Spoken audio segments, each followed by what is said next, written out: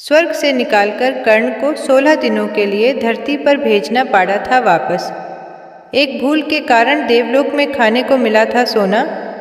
कर्ण ने मरने के बाद पितरों का तर्पण कैसे किया? महाभारत में कर्ण को एक महान योद्धा ही नहीं माना जाता, बल्कि एक दानवीर योद्धा के तौर पर आज भी याद रखा जाता है। महाभारत की कथा के अनुसार कर्ण इतने दानवीर थे कि सब कुछ जानते हुए भी उन्होंने अपने कवच कुंडल इंद्रदेव को दान में दे दिए। कर्ण को पता था कि कवच कुंडल देने के बाद कुरुक्षेत्र की रणभूमि पर उनकी भेंट मृत्यु से होगी, लेकिन फिर भी कर्ण अपने दानी स्वभाव से पीछे नहीं हटे। महाभारत में कर्ण और पितृपक्ष से जुड़ी एक और कहानी मिलती है। इस कहानी के अनुसार जब कर्ण मृत्यु के बाद स्वर्गलोक पहुँचे तो उन्हें खाने के लिए कुछ नहीं मिला। ऐसे में कर्ण हैरत में पड़कर सोचने लगे कि धरती लोक पर जीवन के दौरान उन्होंने साधु संतों और गरीबों को दान में सोना दान किया था, तो फिर उन्हें दान का पुण्य क्यों नहीं मिला? उन्हें अन्न की जगह सोना क्यों मिल रहा है? कर्ण के प्रश्नों का उत्तर देवराज इंद्र ने दिया था। आइए पितृपक्ष में जानते हैं महाभारत की यह अद्भुत कथा। कर्ण के बारे में जब भी बात की जाती है तो उन्हें दुर्योधन की तरफ से लड़ने वाले योद्धा के तौर पर ही याद किया जाता है, लेकिन युद्ध के पक्ष से परे अगर कर्ण के व्यक्तित्व की बात करें तो कर्ण न केवल एक बलशाली योद्धा बल्कि दयालु और दानवीर भी थे। कर्ण का जन्म कुंडल और कवच के साथ हुआ था, जिनसे कर्ण को सुरक्षा मिलती थी। महाभारत के युद्ध में श्री कृष्ण जानते थे कि कर्ण को कवच कुंडल के साथ पराजित नहीं किया जा सकता है, इसलिए उन्होंने अर्जुन को यह बात बताई। अर्जुन को इंद्रदेव का पुत्र माना जाता है, क्योंकि पांडवों की माता कुंती ने इंद्रदेव से आह्वान करके अर्जुन को प्राप्त किया था। जब अर्जुन ने कुंडल और कवच वाली बात इंद्रदेव को बताई तो उन्होंने अपने पुत्र की रक्षा के लिए इंद्रदेव ने एक साधु का वेश धारण किया और नदी में स्नान कर रहे कर्ण के पास पहुँचे। कर्ण जैसे ही स्नान करके नदी से बाहर आए तो साधु का वेश बनाए इंद्र ने उनसे दान मांगा। कर्ण ने इंद्रदेव से कहा कि अभी अभी वे स्नान करके निकले हैं, इसलिए उनके पास कुछ नहीं है। वे राजमहल में जाकर साधु को कुछ दे देंगे, लेकिन साधु ने हठ किया कि उन्हें इसी समय दान चाहिए। कर्ण ने जब कहा कि वे इस समय दान में क्या दे सकते हैं, तो साधु का वेश बनाए इंद्रदेव ने कहा कि उन्हें कर्ण के कवच और कुंडल चाहिए।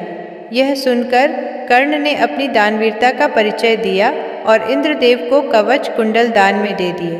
कुरुक्षेत्र की रणभूमि पर कर्ण को छल से मारा गया था। असल में कर्ण को मिले कई शाप ही उनकी मृत्यु का कारण बने, और अर्जुन ने छल से कर्ण पर उस समय वार किया जब कर्ण के रथ का पहिया जमीन में धंस गया था। युद्ध के नियमों के अनुसार किसी भी निहत्थे योद्धा पर वार नहीं किया जा सकता था, लेकिन कर्ण को मारने के लिए छल करना पड़ा, क्योंकि कर्ण अन्याय के साथ खड़े थे। महाभारत की कहानी के अनुसार कर्ण के पुण्य कर्मों के कारण उन्हें मृत्यु के बाद स्वर्ग मिला, लेकिन स्वर्ग में पहुंचकर भी कर्ण को भूखा रहना पड़ा। स्वर्गलोक में पहुंचने के बाद दानवीर कर्ण को हर तरफ सोना ही सोना नजर आया। इंद्रदेव ने कर्ण को सोना भेंट किया और अन्न की थालियों में भी सोना ही आया। यह देखकर कर्ण बहुत हैरान रह गए। कर्ण ने इंद्रदेव से प्रश्न किया कि उन्होंने तो अपने जीवन में इंद्रदेव को अपने सोने के कवच कुंडल तक दे दिए थे, तो फिर उन्हें अन्न की जगह सोना क्यों मिल रहा है? आखिर उनसे क्या अपराध हुआ है? कर्ण का प्रश्न सुनकर देवराज इंद्र ने मुस्कुराते हुए कहा, हे महान दानवीर कर्ण, तुम बहुत दानी हो, लेकिन केवल सोने का दान करना ही मुक्ति और स्वर्ग में सुख शांति के द्वार नहीं खोलता, बल्कि पितरों की कृपा पाकर ही स्वर्ग का आनंद लिया जा सकता है। तुमने अपने जीवन में कभी भी पितरों का तर्पण नहीं किया है। देवराज इंद्र का उत्तर सुनकर कर्ण ने हाथ जोड़कर कहा कि उन्हें नहीं पता था कि उनके पूर्वज कौन हैं और वे किस कुल से संबंध रखते हैं।